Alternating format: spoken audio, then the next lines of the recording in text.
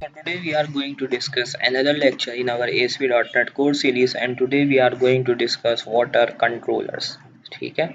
So what is controller? The controller in ASP.NET Core MVC application are the classes having a set of public methods. So basically controllers ASP.NET application के अंदर क्या होते हैं, MVC application के अंदर वो classes होती हैं जिनके अंदर कुछ public methods होते हैं.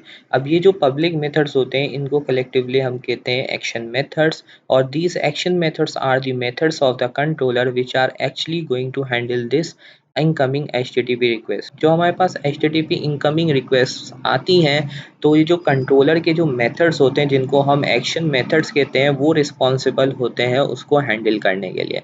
यानी आपने लेट सपोज कंट्रोलर में एक मेथड बनाया है गेट एम्प्लॉय आईडी. ठीक है, गेट एम्प्लॉय बाय आईडी, यानी आप एम्प्लॉय की डिटेल लेना चाह रहे हैं. ठीक है, तो वो मेथड रन होगा, वो मेथड होगा आपका एक्शन मेथड. अब उस एक्शन मेथड के अंदर आप कुछ कोड करेंगे. ठीक है, तो वो जो एक्शन मेथड है which will be going to handle this request, यानी जो रिक्वेस्ट आपके पास आई कि आपके पास क्या हो, एम्प्लॉय की डिटेल्स रिटर्न हो, तो वो आपके पास एक्शन मेथड के अंदर आप डिफाइन करेंगे कि वो रिक्वेस्ट किस तरह से हैंडल होगी. The controllers in MVC application logically group similar types of actions together. This aggregation of actions or grouping similar type of action together allows us to define set of rules such as caching, routing and authorization which is going to be applied collectively. तो आपके पास MVC application के अंदर हम logically जो है group कर देते हैं, लॉजिकली ग्रुप कर देते हैं सिंपलर टाइप्स ऑफ एक्शंस को एक साथ, ताकि आपके पास जो है वो हम क्या कर सकें कलेक्टिवली. जो हमारे पास लेट सपोज कैशिंग, राउटिंग या ऑथराइजेशन जो हमें अप्लाई करनी है वो हम क्या कर सकें कलेक्टिवली ऑन द होल उस कंट्रोलर पे अप्लाई कर सकें. So what is a role of a controller? तो basically if you are seeing this figure, तो basically जब आपका क्लाइंट एक रिक्वेस्ट देता है, ठीक है, तो वो रिक्वेस्ट किसके पास जाती है, कंट्रोलर के पास जाती है. ठीक है, कंट्रोलर के पास जाती है और फिर वो आपका कंट्रोलर से होते हुए किसके पास जाती है, व्यू और मॉडल के पास जाती है. सो बेसिकली एक कंट्रोलर का रोल क्या होता है कि आपके पास एप्लीकेशन के अंदर फ्लो ऑफ एप्लीकेशन को मैनेज करना और is responsible for intercepting incoming request, यानी इनकमिंग रिक्वेस्ट को लेना और अप्रोप्रिएट कोड को एग्जीक्यूट करना. Communicate with the model of the application and select the required view to be render for the request. और आपके मॉडल्स के साथ एप्लीकेशन के जो मॉडल्स होते हैं उनके साथ कम्युनिकेट करता है और सिलेक्ट करता है the required view that is to be render for that request, यानी उस रिक्वेस्ट के लिए जो हमें व्यू रेंडर करवाना होता है वो सिलेक्ट करता है. So controller by convention, the controller classes in ASP.NET Core MVC application should reside in the project root level controllers folder. ठीक है, यानी आपके पास बाय डिफ़ॉल्ट बाय कन्वेंशन जो कंट्रोलर की क्लासेस होती हैं ASP.NET Core MVC एप्लीकेशन के अंदर वो कहाँ होनी चाहिए, कंट्रोलर्स के फोल्डर्स के अंदर आनी चाहिए. और आपके पास वो क्लास इनहेरिट होनी चाहिए microsoft.asp.netcore.mvc.controller बेस क्लास. यानी ये किससे इनहेरिट होनी चाहिए, कंट्रोलर बेस क्लास से इनहेरिट होना चाहिए. हम एक क्लास को कि कब हम एक क्लास को कंसीडर करेंगे कि वो क्लास कंट्रोलर है, जब at least one of the following condition is true, यानी इन दोनों कंडीशन का ट्रू होना, उनमें से कोई एक कंडीशन का ट्रू होना ज़रूरी है. First of all the class name is suffix with the word controller, यानी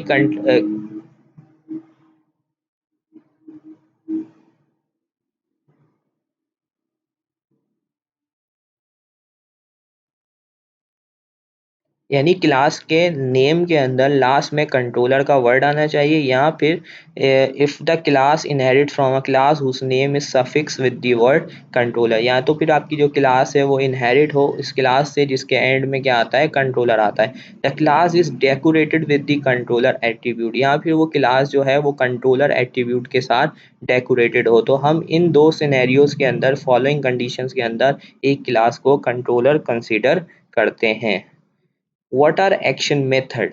तो कंट्रोलर क्लास एट्स यू नो के कंट्रोलर क्लास के अंदर पब्लिक मेथड्स होते हैं और उन मेथड्स को हम कलेक्टिवली क्या कहते हैं, एक्शन मेथड्स कहते हैं या फिर कंट्रोलर एक्शंस भी कहते हैं। और ये रिस्पॉन्सिबल होते हैं कि जो रिक्वेस्ट आपके पास आती है उसको प्रोसेस करने के लिए। So typically returns an I action result object दैट encapsulate the result of executing the method can be used to return view file json partial view। So basically action method जो है वो आपके पास टिपिकली जो है वो आई एक्शन रिजल्ट ऑब्जेक्ट को encapsulate करते हैं। तो एंड एक्शन रिजल्ट ऑब्जेक्ट जो है वो डिफरेंट इम्प्लीमेंटेशंस आपको प्रोवाइड करता है और इसकी मदद से जो है यानी एक्शन मेथड जो है वो सिंपली आपके पास व्यू रिटर्न नहीं करते, वो किसी फाइल को रिटर्न कर सकते हैं, जेसॉन को रिटर्न कर सकते हैं या फिर पार्शियल व्यू को रिटर्न कर सकते हैं। जैसे कि प्रीवियस एग्जाम्पल के अंदर हमने सीखा था कि हम किस तरह से जेसॉन का डेटा जो है वो रिटर्न कर सकते हैं। So calling the action method from the browser. So basically हम एक्शन मेथड को ब्राउज़र से कैसे कॉल करते हैं, तो first we have to return the domain name that is local host in our case, यानी हमारे केस के अंदर लोकल होस्ट और फिर पोर्ट नंबर आता है। उसके बाद हम कंट्रोलर का नेम देते हैं और then we name the action method. तो first of all domain name, then controller name और then we had the action name. ठीक है, तो यहाँ पर आप देखो नीचे क्या लिखा हुआ है, लोकल होस्ट। लोकल होस्ट के बाद कोई ना कोई पोर्ट असाइन होगी आपको, उसके बाद आप कंट्रोलर का नेम दोगे, जैसे कि अब हमारे केस के अंदर होम है क्योंकि अभी तक हमने होम कंट्रोलर बनाया। और देन वी हैव इंडेक्स, तो जैसे ही मैं स्लेज दे के इंडेक्स दूंगा तो वो क्या करेगा, आपके पास होम कंट्रोलर से सिलेक्ट करेगा इंडेक्स मेथड को और फिर जो इंडेक्स मेथड के अंदर आपके पास जो भी एक्शन मेथड के अंदर आपने कोड किया होगा वो आपके पास रिजल्ट आ जाएगा। अगर आपने व्यू रिटर्न किया होगा तो आपके पास व्यू रेंडर हो जाएगा और यहाँ आपने कोई स्ट्रिंग या कोई कोड रिटर्न किया होगा तो आपके पास वो डेटा यहाँ पर शो हो जाएगी। Similarly, you can also pass the parameters in the action method। तो sometimes हो सकता है कि आपको input you need to provide input other than the web page name while requesting for a web page। You want to return student details by its ID, so you pass the parameters in URL। तो basically आप क्या कर सकते हो, उन action method के अंदर parameters भी पास कर सकते हो। Let suppose you want to get the details of student, ठीक है, यानी आप स्टूडेंट की डिटेल्स लेना चाहते हो तो आप क्या कर सकते हो, पैरामीटर के अंदर जो है वो आईडी यूज़ कर लोगे और आईडी पास कर दोगे और फिर यूआरएल के थ्रू वो आईडी पास करोगे और आपका मेथड जो है वो आईडी रिसीव करेगा और फिर अप्रोप्रिएट कोड जो है वो आपके पास इन रिजल्ट रिटर्न हो जाएगा। So when we need to use the new and existing controller, so basically controller आपके पास आपकी एप्लीकेशन में एक एंटिटी को रिप्रेजेंट करता है। ठीक है, तो जितने भी ऑपरेशंस उस एंटिटी से रिलेटेड होते हैं वो सारे के सारे उस कंट्रोलर के अंदर होने चाहिए। Let suppose you are building a employee management system or you can say you are building a e-commerce website। तो अब ई कॉमर्स वेबसाइट के अंदर आपके कौन कौन से कंट्रोलर्स हो सकते हैं। Late suppose you have a customer, so you will create a controller which name customer और कस्टमर से रिलेटेड जितने भी आपके पास मेथड्स हो सकते हैं, एक्शंस हो सकते हैं, लाइक ऑर्डर, ठीक है, चेकआउट, ठीक है, ये सारे आप कहाँ रख दोगे, कस्टमर के कंट्रोलर के अंदर। Late suppose you have another entity that is orders. ठीक है, ऑर्डर भी आपके पास एक एंटिटी है क्योंकि ऑर्डर जो होगा वो क्रिएट होगा, फिर ऑर्डर के बाद क्या होगा, ऑर्डर पेंडिंग में आएगा, डिलीट होगा, कंफर्म होगा। तो ये सारे जो एक आपके पास उस एंटिटी से रिलेटेड जो मेथड्स होते हैं वो आप एक कंट्रोलर के अंदर रख देते हैं, यानी जो भी ऑपरेशंस उस एंटिटी से रिलेटेड होंगे वो उस कंट्रोलर के अंदर बना देंगे। तो जब आपके पास एक ऐसा एंटिटी है जो एक मतलब एक ऐसी चीज़ है, ऐसी एंटिटी है जो कि एक अलग कॉन्सेप्ट आपके पास प्रोड्यूस कर रही है, तो फिर आप उसके लिए एक अलग कंट्रोलर बना देंगे। तो जैसे ई कॉमर्स की एग्जांपल मैंने दी तो उसके अंदर आप क्या यूज़ कर सकते हो, customer, orders, then we have payments. तो इस तरह की चीज़ें जो है वो आप अलग अलग कंट्रोलर्स के अंदर डिफाइन कर दोगे। So this is the same project that we have created in the last lecture. So now let's say अगर आप यहाँ पर देखो तो हमारे पास एक पब्लिक मेथड है जो कि रिटर्न कर रहा है जेसन रिजल्ट को। ठीक है, तो यहाँ पर आप देख सकते हो कि हमारे पास क्या रिटर्न करेगा, जेसन रिजल्ट रिटर्न करेगा। अब यहाँ पर आपके पास gate employee details, get employee by id action method always going to returns the data in JSON format irrespective of the content negotiation. This is because of the return type of the get employed by id method, which is set to JSON result. In this case it is going to ignore the except header values. तो क्योंकि हमने यहाँ पे Jason result type को use किया है, तो यहाँ पर इग्नोर हेडर वैल्यूज़ जो है वो यहाँ पर क्या हो जाएंगी, आपके पास इग्नोर हो जाएंगी, और आपके पास जो डेटा है वो रिटर्न हो जाएगी किसके अंदर, आपके पास जेसन के अंदर रिटर्न हो जाएगी. Let's say we want to return the object result instead of the return JSON, we want to return this result as an object result. So let's say object result, and now here we have to change this also. So return new object result.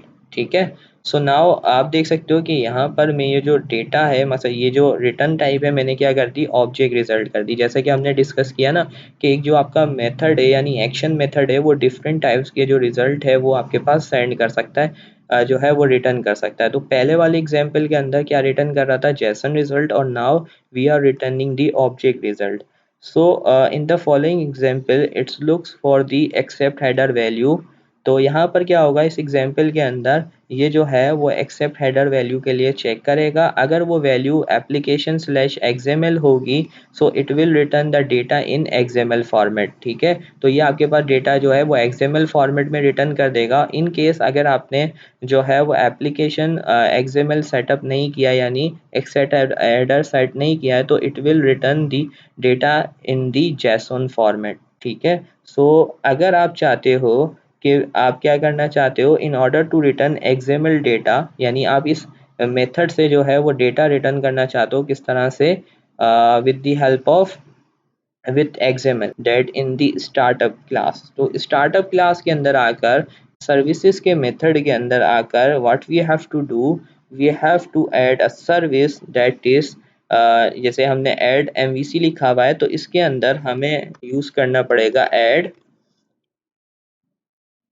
XML serialised formatters. ठीक है. यानी हमने यहाँ पर ये define कर दिया, हमने ये बता दिया कि भाई हम XML जो है वो फॉर्मेटर्स को यहाँ पर यूज़ करना चाहते हैं. Now after adding the add serialize XML serializer formatters, so now we can add the accept header, and now we can receive the data in either in the XML format or in the JSON format. Now we have another controller action that returning a view. यानी हमारे पास अगर हम एक controller action से जो है एक view को return करना चाहते हैं, तो what we have to do, we have to use the view result. So here view result. So now we are calling the same method, but we have changed the return type. We have return type view, so it should return a view. Now we want to return the view. So basically let's see if I pass this. Let's say I want to return the view now. ठीक है. सो अब मैं क्या कह रहा हूँ इस method के अंदर कि मैं पास करना चाहता हूँ कि मेरे पास ये जो डेटा है वो व्यू पे शो हो. ठीक है. सो अब अगर मैं इस प्रोजेक्ट को रन करता हूँ, so let's see what we are going to get the from this request. So let's run this, and home get employee by id 2. So now you are getting an error. This error is because we haven't generated the view. So basically आप इस method के through क्या return कर रहे हैं, इस action method के through एक व्यू रिटर्न कर रहे हैं, और ये व्यू को तलाश कर रहा है, लेकिन आपके पास व्यू जो है वो मिल नहीं रहा. सो बेसिकली हो क्या रहा है कि जब आप यहाँ से व्यू रिटर्न कर रहे हैं तो इसको व्यू नहीं मिल रहा है. ऐसा क्यों हो रहा है, क्योंकि अभी तक हमने व्यू बनाया ही नहीं है और हमने व्यू बनाना सीखा ही नहीं है. So in the upcoming lecture we are going to discuss view, कि व्यू क्या होता है, व्यू कैसे बनता है, और फिर जो है वो हम इसको प्रैक्टिकली करके देखेंगे कि किस तरह से जो है वो हम व्यू जनरेट करवा सकते हैं और व्यू पे डेटा वगैरह शो करवा सकते हैं. सो आज के इस लेक्चर में हमने कंट्रोलर्स को डिस्कस किया कि कंट्रोलर्स क्या होते हैं, कंट्रोलर कैसे बनते हैं, किस तरह से वो डिफरेंट डिफरेंट टाइप्स जो है वो रिटर्न करता है एक कंट्रोलर का action method. So in the next lecture we are going to discuss the view. So तब तक के लिए अल्लाह हाफिज़.